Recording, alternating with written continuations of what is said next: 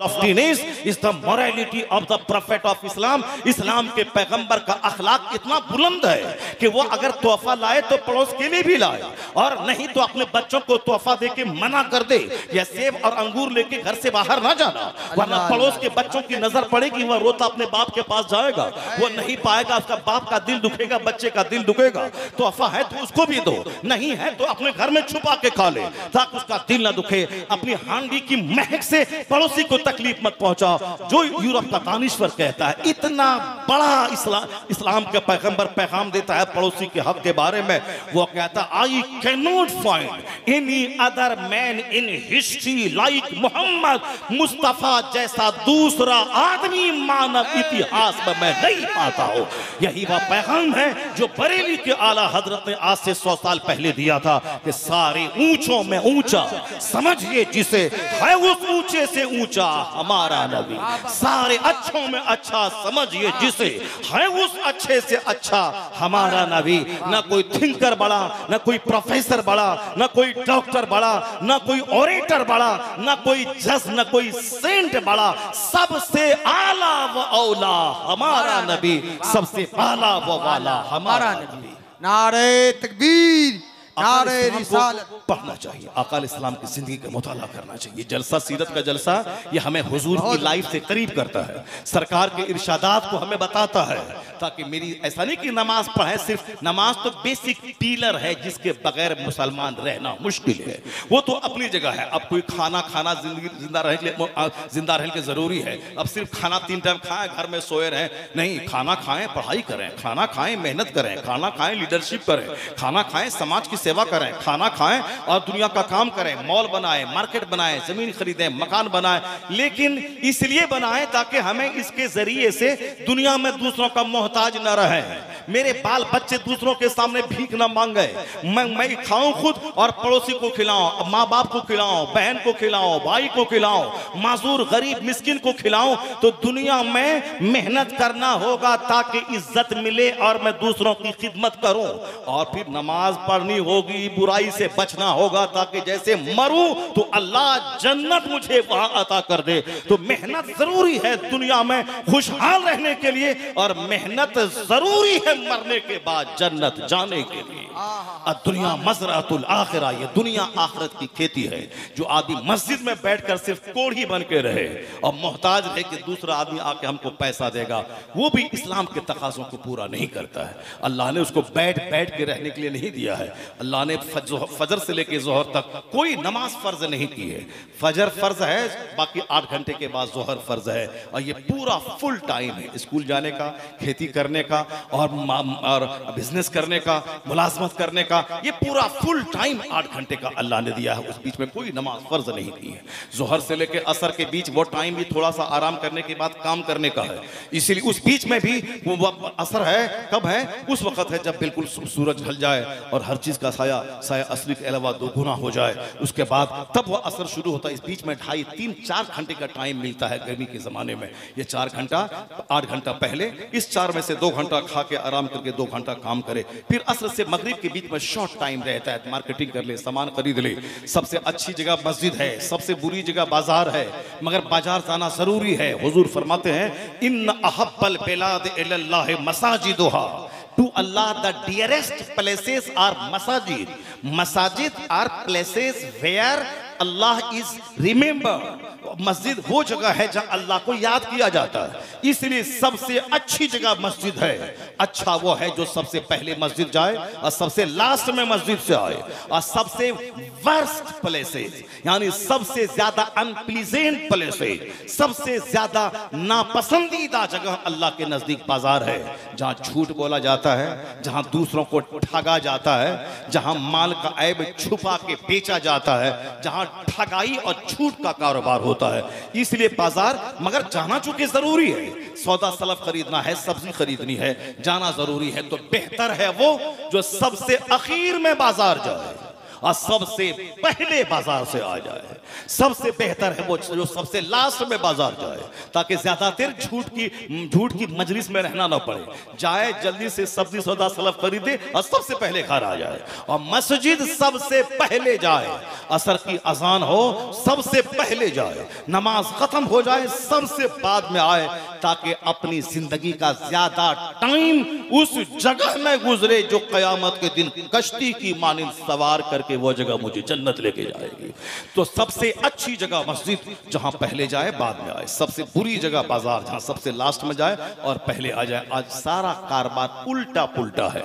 मस्जिद गए, जल्दी से चोंच मारा जुमा के दिन, आप फट से फौरन भागे और मस्जिद से बाहर आके गटर मटर खैनी लटा रहे हैं, मोबाइल चला रहे हैं। बहुत बड़ा मोबाइल मास्टर है अमेरिका का। वो आदमी जो 10 लाख महीना कमाता है वो तो उतना मोबाइल नहीं चलाता, और जितना ये मोबाइल चलाता है कौन, जो मोबाइल से 1 टका नहीं कमाता है। बस मस्जिद से बाहर निकला, गटर गटर मोबाइल शुरू किया। अमेरिका का एक इंजीनियर 20 लाख रुपए महीना ऑपरेटिंग करके कमाता है। यानी जहां सबसे बड़ा दुनिया का जो मालदार था बिल गेट्स, उसके ऑफिस में इसी बिहार का एक लड़का काम करता है। बिल गेट्स के ऑफिस में, जो बिल गेट का की कंपनी पूरी दुनिया में फैली हुई है, दुनिया का सबसे बड़ा मालदार था, और अभी दूसरा आया है। मगर बिल गेट्स की कंपनी में उसके ऑफिस में वो बिहार के एक इंजीनियर है जो काम करता है। जबरदस्त उसकी तनख्वाह है, और वो कंप्यूटर ऑपरेट करता है। अब ये बताइए कि साहब वो कंप्यूटर चलाया तो 20 लाख महीना कमा रहा है, और ये मस्जिद से बाहर निकला व्हाट्सएप घचाड़ रहा है, ऐसे निकला, ऐसे किया, ऐसे किया, ऐसे के लिए क्या देखा, मुंह बिचका दिया, आगे देख रहा है, बिला जरूरत काम, कोई मतलब नहीं। उतनी देर तुम मस्जिद ही में रह जाते, 100 बार अगर दरूद पढ़ लेते तो 1000 नेकियां तेरे नाम अमाल में लिखी चली जाती। मस्जिद में रहना नहीं, बस मस्जिद से बाहर भागना। जलसे में रहना नहीं जैसे कोई चूंटी काट रहा हो, जैसे बदन में आग लग रही हो, जहां अगर यहां से निकलने के बाद नमाज नहीं भी पढ़ेगा, जैसे कल था वैसे जलसा के बाद भी रहेगा, वो अलग चीज है। नहीं पढ़े गुनाह कबीरा करेगा, जहन्नम जाने वाला काम करेगा। वो साहब हश्र फिरौन के साथ होगा। हुजूर ने कहा है कि बेनमाजी का अंजाम फिरौन के साथ होगा, हामान के साथ होगा, उमैया इब्ने खल्फ के साथ होगा, कारून के साथ होगा। ये 4 काफिरों का नाम हुजूर ने लिया। मुस्नद अहमद शरीफ की रिवायत में है कि बेनमाजी का हश्र इन 4 कुफार के साथ होगा, फिरौन, हामान, कारून, उमैया इब्ने खल्फ। इन 4 घटिया किस्म के काफिरों का नाम हुजूर ने। वो तो हश्र अपनी जगह होगा। अगर पढ़ेंगे तो अल्लाह के रसूल फरमाते हैं कि नमाजी वह लोग हैं जिस पर अल्लाह का इनाम है। और अल्लाह का इनाम किन पर है? शुहदा पे है, सिद्दीकीन पे है, औलिया पे है, सालिहीन पे है। तो इनका हश्र किन के साथ होगा? हुजूर कहते हैं मन अहब्बा सुन्नती, जिसने मेरी सुन्नत से मोहब्बत की, फकत अहब्बनी, गोया उसने मुझसे मोहब्बत की। जो खाने पीने, चलने फिरने, कपड़ा पहनने, खाना खाने, शादी ब्याह करने, बारात ले जाने, दुल्हन का सिलेक्शन करने, औलाद की तरबियत करने, हर मामलात में हुजूर के गाइडलाइंस, मार्गदर्शन का ख्याल रखे, तो गोया उसने मुस्तफा से मोहब्बत की। और बगैर मोहब्बत के कोई किसी के तरीके का फॉलो कर नहीं सकता है। तो सरकार से मोहब्बत करेगा। हुजूर कहते हैं मन अहब्ब सुन्नती, जिसने मेरी उप सुन्नत से मोहब्बत की, फकत अहब्बनी, गोया उसने मुझसे मोहब्बत की। वमन अहब्बनी काना मई फिल जन्ना, मुस्तफा कहते जिसने मुझसे मोहब्बत की वह मेरे साथ जन्नत में रहेगा। अल्लाह, वह मेरे साथ जन्नत में रहेगा। जो दाढ़ी मुंडवाया, ये तरीका मुस्तफा का नहीं, ये तरीका यहूद नसारा और हिंदुस्तान के मुशरिकों का और फिल्म के एक्टरों का है। और जो गले में टाई लगाया, ये तरीका मुस्तफा का नहीं, ये तरीका यहूद नसारा, मुशरिकों और काफिरों का है। जो इस्लामी लिबास पहना, जो अपने सुन्नतों से चेहरे को सजाया, उस जमाने में जबकि सुन्नतों पे अमल करना मुश्किल हो जाए, उस जमाने के बारे में आया है सुन्नतों पे अमल करने वाला, उसे 100 शहीदों का अज्र अल्लाह ता फरमाएगा। जिस जमाने में सारे लोग नेक हैं, वहां नेक रहना, ऑनेस्ट रहना, जेंटिल बनना, पाइयस रहना, वर्चुअस रहना, ये तो आसान है। लेकिन जहां सारे लोग सुन्नतों का मजाक उड़ाने वाले हो, जहां सारे लोग अच्छाइयों का मजाक उड़ाने वाले हो, जहां लोग पर्दे का मजाक उड़ाने वाले हो, जहां लोग नमाज का मजाक उड़ाने वाले हो, जहां लोग सच्चाई का मजाक उड़ाने वाले हो, जहां ऑनेस्टी का मजाक उड़ाने वाले हो, उस जमाने में ऑनेस्ट रहना, उस जमाने में वर्चुअस रहना, उस जमाने में नेक रहना कितना मुश्किल काम है। और जो मुश्किल काम करेगा, हदीस में आया है कि अल्लाह उसे 100 शहीदों का सवाब अता फरमाएगा। सुभान अल्लाह, सुभान अल्लाह। नहीं बोलेंगे सुभान अल्लाह आप लोग? नारे तकबीर, नारे रिसालत, एक मरतबा हाथ को उठा कहिए या रसूल अल्लाह, या रसूल अल्लाह।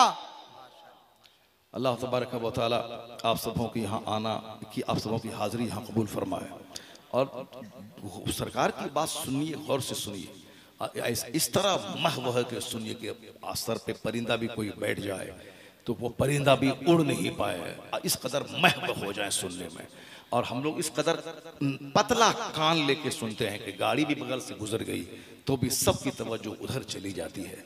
और साहब कोई चाय वाला आ गया, सबकी नज़र उसकी तरफ चली जाती है। तो इस तरह कमज़ोर कान मत रखिए, ज़बरदस्त कान रखिए। अब जरा गौर से सुनिए जो बात मैं कह रहा हूँ। हुजूर ने क्या फरमाया, अल कय्यसु मन दाना नफ्सा, अक्लमंद है वह जो अपने नफ्स को दबाता हो और मरने के बाद का काम करता हो। और हुजूर कहते हैं वल आजिज़ु मन अतबा नफ्सहु हवाहा व तमन्ना अल्लाह। हुजूर कहते हैं कमजोर है वो, आजिज़ है वो, बेवकूफ है वो जो नफ्स की गुलामी करे। ये चाहिए, वो चाहिए, सब कुछ इसको चाहिए, और सब चाहिए, चाहे कर्ज हो के चाहिए, झूठ बोल के हो, जहां से हो पैसा चाहिए, पैसा हो चाहिए, जैसे भी हो पैसा चाहिए। सिर्फ एक ही मोटो, एक ही प्रोग्राम सबका है। वरना आदमी क्यों मारे मारे घूमेगा एक वार्ड काउंसिल कमिश्नर बनने के लिए, एक प्रधान बनने के लिए, मुखिया बनने के लिए, सरपंच बनने के लिए। मकसद सिर्फ यही है कि बस 2-4 पैसा बंदा कमा ले, और जब पैसा कमा ले तो उसके बाद फिर वो मुतमईन हो जाए। जैसे 10 लाख की तमन्ना है तो 10 लाख अल्लाह दे दिया तो अब तो कम से कम अल्लाह की इबादत करे। लेकिन नहीं, 10 लाख के बाद 10 करोड़ की तमन्ना जलवागर हो जाती है दिल में। अब पहले तो 10 लाख मिल गया, बस अल्लाह तुझसे कुछ नहीं मांगेंगे, बस 10 लाख चाहिए। और 10 लाख अल्लाह दे दिया तो अब ये बोलता है कि हम 10 लाख से क्या होने वाला है, पड़ोस को 10 करोड़ है, उसको 10 करोड़ है, उसको 10 करोड़ है, या अल्लाह अब 10 करोड़ दे दे। अब अल्लाह 10 करोड़ दे दिया तो या अल्लाह अब तो करोड़ का वैल्यू कम हो गया, अब तो अरबों में आदमी सब खेल रहा है। मेरा ये पड़ोसी के पास 5 अरब का मकान है, अब नहीं हो गया। बंदा थमता नहीं है। बुजुर्गों ने कहा है कि तू अपना प्रोग्राम बना, एक पैसा तय कर ले, इतना पैसा कमा लूं, उसके बाद सिर्फ इबादत करना है और कुछ नहीं। पहले ये पैसा खत्म हो जाए तब मजीद पैसा मैं कमाऊंगा। या फिर तय कर ले कि 50 साल तक कमाऊंगा, उसके बाद जो जिंदगी अल्लाह ने दी है वो अल्लाह की इबादत में लगा दूंगा।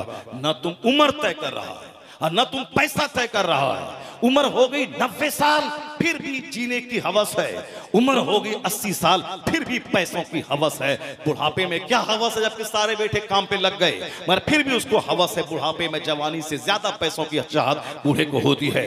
हुजूर फरमाते हैं कि बूढ़ा तो हो जाता है, लेकिन 2 चीजें जवान हो जाती हैं उसकी।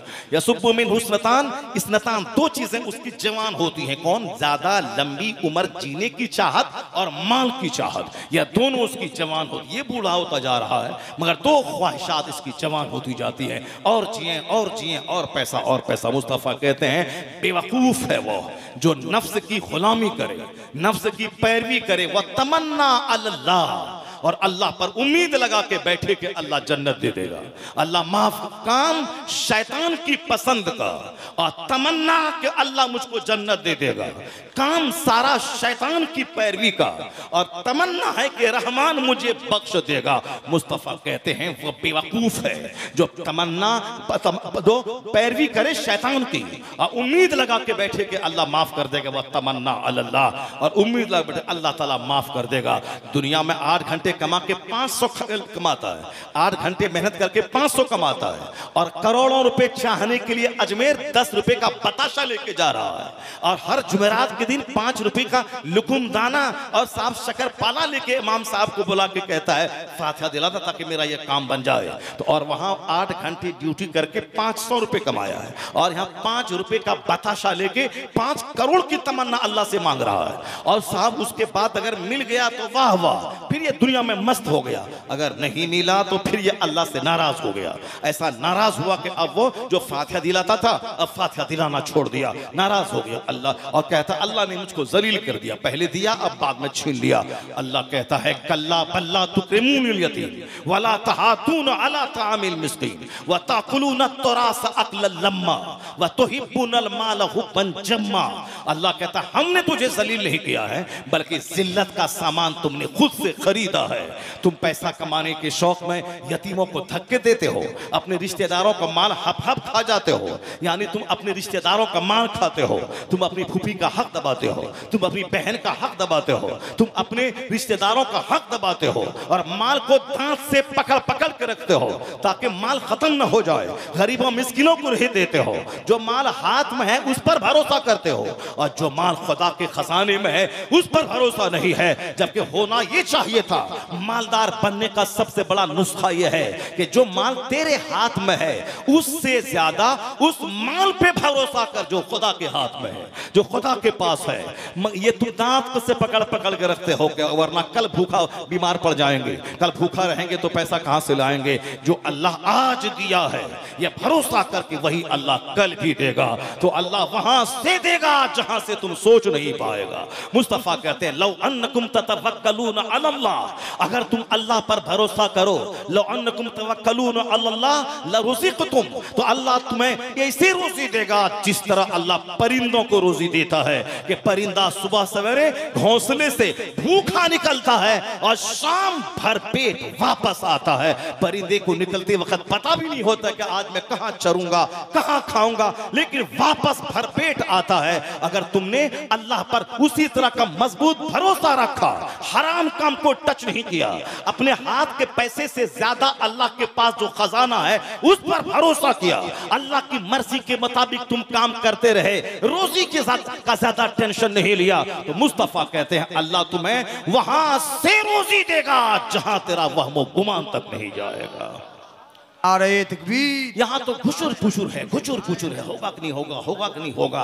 वहां जाएंगे तो मिलेगा कि नहीं मिलेगा, 10 टका पास में है खर्चा कर देंगे तो 20 मिलेगा कि नहीं मिलेगा। ये घुचुर पुचुर करने से कुछ नहीं मिलेगा। लो तक अगर तुम अल्लाह पर भरोसा करो, जैसे कमा तवक्कुल, जिस तरह भरोसा करने का हक है। बुजुर्गान दीन के करामत सुनने वाला, बुजुर्गान दीन के मजार पे जाके धागा बांधने वाला, बुजुर्गान दीन के मजार पे जाके चादर चढ़ाने वाला, जबकि चादर चढ़ाना कोई जरूरी नहीं है। आला हजरत लिखते हैं सिर्फ एक चादर चढ़ा दे ताकि पता चले ये अल्लाह के वली की कब्र है, और जब तक वह चादर पुरानी ना हो दूसरी चादर मत चढ़ा, क्योंकि चादर चढ़ाना को कोई रस्म मत बना, गैर मुस्लिमों की तरह धागा बांधने की रस्म मत बना, मगर मुसलमानों ने बनाना शुरू किया। आला हजरत कहते हैं कब्र का तवाफ करना हराम है, मगर बहुत सारे बेवकूफ अल्हड़ नादान मौलवी को गाली देने वाला ये रजील किस्म का आदमी मजार का तवाफ करता। मैं तवाफ करते हुए अजमेर में मैंने देखा और बहुत सारे मजारत मैंने देखा, और वह जलील आलिमों के खिलाफ बदगुमानी दिमाग में पालता है, और वह काफिराना काम करने के बाद वो अपने आप को अच्छा समझता है। इसीलिए इल्म हासिल करना फर्ज है। तलबुल इल्म फरीज़तुन अला कुल्ले मुस्लिम, हर मुसलमान पे इल्म दीन का हासिल करना फर्ज है, मर्द औरत पर। इसीलिए कि बगैर इल्म की रोशनी के ना खुदा को पहचान पाएगा, ना अपने आप को पहचान पाएगा, ना दुनिया में खुशहाल रह पाएगा, ना मरने के बाद खुशहाल रह पाएगा। दोनों जहान की खुशहाली नॉलेज और विजडम में पिन्हा है। दुनिया में जो जितना ज्यादा हाई फाई नॉलेज रखता है, जो बहुत ज्यादा मेहनतें करता है, वो टीचर बनेगा चपरासी नहीं, वो लायर बनेगा चपरासी नहीं, वो IAS ऑफिसर बनेगा चपरासी नहीं।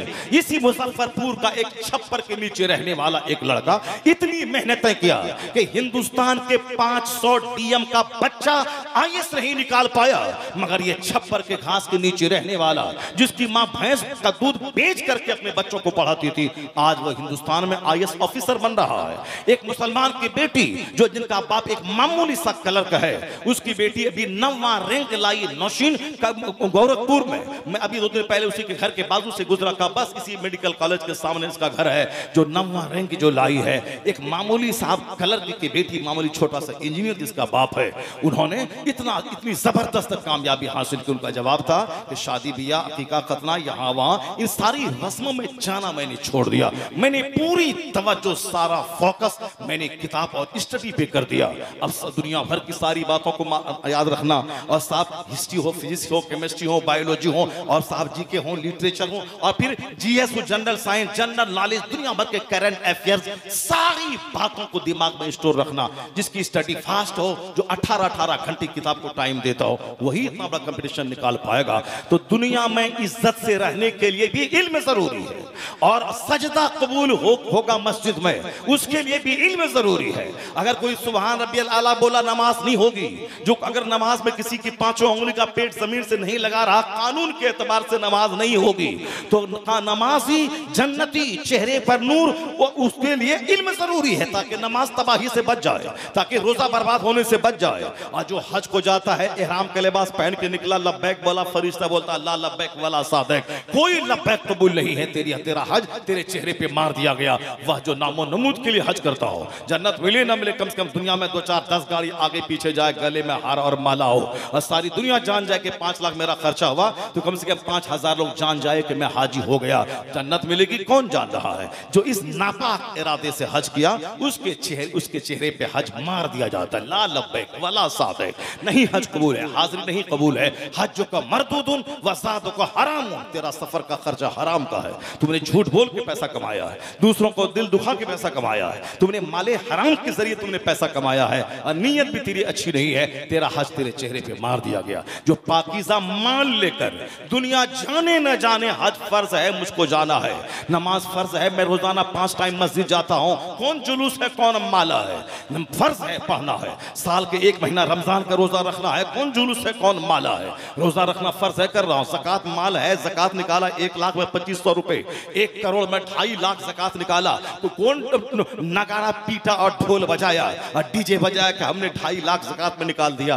फर्ज थी, ज़कात फर्ज थी, हमने निकाल दिया। उसी तरह हज फर्ज है, हज फर्ज फौरी बगैर ताखीर के, बेटी की शादी, बेटा की शादी, घर मकान मॉल पढ़ाई लिखाई कुछ नहीं, हज फर्ज हुआ, फौरी हज को जाओ, और हज करने के बाद सारे दरवाजे खुल जाएंगे, सारी आसानियां पैदा हो जाएंगी। पहली बार जब हज को गया, लोग कहते थे माँ बाप को नहीं ले गया, लोग मजाक उड़ाते थे मेरा, मगर मैं खामोश रहा। और जब 1 साल के बाद जब माँ बाप को साथ लेके मैं तीनों आदमी गया, तब सबकी जबान बंद हो गई। उसके बाद साहब जब दूसरी बार अपने भाई अपनी बीवी को लेके गया, बस सब चारों शाने चित हो गया। पहले मेरे बाप से मोहब्बत उसको नहीं थी, सिर्फ चिड़ इसलिए थी कि जवानी में इतनी कम उम्र में ये हज कैसे कर लिया, ये तो बोलेगा नहीं, अब एक बहाना चाहिए, तो बाप का बहाना लगाता था कि बाप माँ हज किया नहीं, अपना हज कर लिया। अगर माँ बाप पर हज फर्ज है तो माँ बाप करे, अगर औलाद पर हज फर्ज है तो औलाद पहले करे। औलाद के पास माल है, औलाद पे ज़कात फर्ज है, माँ बाप पे नहीं। अगर माँ बाप के पास माल है तो माँ बाप पे ज़कात फर्ज है, औलाद पे नहीं। अगर माँ बाप अरबपति हैं तो सदक़े फित्र उन पर वाजिब है, कुर्बानी उन पर वाजिब है। मैं उस अरबपति का बेटा हूं मगर मेरे नाम से कोई प्रॉपर्टी नहीं है तो हम फकीर हैं।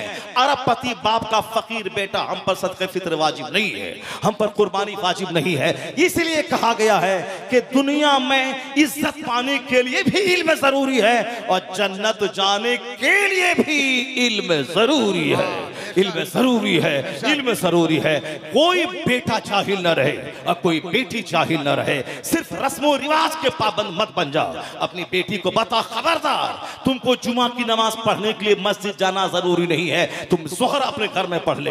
तुम्हारा पर्दे में रहना जुमा पढ़ने से ज्यादा जरूरी है। ईद बकरीद की नमाज मर्द पढ़ेंगे घर से बाहर, तुम्हारा पर्दे में रहना ईद बकरीद की नमाज से ज्यादा जरूरी है। जब ईद बकरीद नहीं पढ़ने के लिए औरत नहीं जाएगी, जुमा पढ़ने के लिए औरत नहीं जाएगी, तो मजार पे जाने के लिए किस इस्लाम ने औरतों को परमिशन दे दिया कि मजार पे ये औरतें जाए, जब जुमा फर्ज नहीं है इसीलिए ताकि वो पर्दे में रहे। ईदैन वाजिब नहीं है इसीलिए ताकि वो पर्दे में रहे। तो जिस तरह हम पहले सुनते थे, वो मंदिर में आई फला से मिलने के बहाने, तो वहां लव करना, अफेयर करना, वहां बलात्कार करना, वो सब एक आम माहौल है। लेकिन हमारे यहाँ वो सारा माहौल मस्जिद में तो नहीं है, चूंकि हम मर्द नमाज पढ़ते हैं, औरतें नहीं। तो अब हमारे यहाँ उसी माहौल ढूंढ लिया गया चोर दरवाजे से कि जो वहां मंदिर में होता है वही हमारे यहाँ अब मजार पे होगा, हमारे अब ताजिया के जुलूस के पीछे होगा। इसीलिए हमने अपनी बहन बेटियों और बीवियों को छोड़ दिया ताकि ताजिया के जुलूस में जाए, फिर वह जुलूस में जाने के बाद फिर वह अपनी चाहत के मुताबिक अजनबी मर्दों से बातें करे। मजार पे जाए, आज मजार पे जाके वहां से ज़ुहद लेना, तकवा लेना, उस अल्लाह के वली का खुदा की खातिर अपने वतन से बेवतन होना, रात रात भर तहज्जुद, रात बाद इशा के वजू से फजर पढ़ना, उनका तकवा कोई नहीं लेता, उनका ज़ुहद कोई ही नहीं लेता, अल्लाह की राह में मुसीबतें झेलना कोई नहीं लेता। उनके मज़ार पे जाके क्या लिया है, धागा बांध के माल की तहत कर रहा है, हमें माल दीजिए, दुकान दीजिए, हमें ये दीजिए, मॉल दीजिए। अब हमारी औरतें भी जाके धागा बांध रही है, हमें शोहर की लंबी उम्र चाहिए, क्योंकि जो कारोबार वहां मंदिरों में हो रहा है वही कारोबार यहाँ मज़ार पे हो रहा है। 90% हाजिरी औरतों की। सिर्फ बाप इतना कह दे अपनी बेटी से और शौहर बोले अपनी बीवी से कि तुझ पर तो जुमा की नमाज फर्ज नहीं है, जो सबसे बड़ी नमाज है हफ्ता दिन की, इसीलिए ताकि तू पर्दे में रह, चूंकि जुमा घर में नहीं मस्जिद में जमात के साथ इज़्न आम के साथ होती है, और ये तेरा घर में रहना वहां जाने से बेहतर है। इसीलिए शरीयत ने जुमा तुझ पर फर्ज नहीं किया, तू ज़ोहर पढ़, जुमा का सवाब मिल जाएगा। ईद बकरीद की नमाज तुझ पर वाजिब नहीं है, तू घर में रह, अपने शौहर अपने बच्चों की खिदमत कर, तुझे वो सवाब मिल जाएगा। तो जो इस्लाम ईदैन वाजिब नहीं किया ताकि वहां ईदगाह के नाम पे बदचलनी न हो, वहां बेहयाई का मुजाहिरा न हो, वरना आज चिल्लाते हैं नमाज पढ़ो कोई नहीं जाता। अगर औरतों का जाना मस्जिद में हो जाए तो 4 बजे भोर में मस्जिदों में औरतों का मर्दों की भीड़ लग जाएगी, नौजवान बच्चे मस्जिदों के इर्द गिर्द वहां साहब वो मक्खी की तरह भीड़ बनाते हुए नजर आएंगे, क्योंकि यहाँ घर में घुसना तो मुश्किल है, अब मस्जिद नमाज के बहाने जाना है और वो सारी ख्वाहिशात की तकमील करनी है जो उसका नफ्स चाहता है।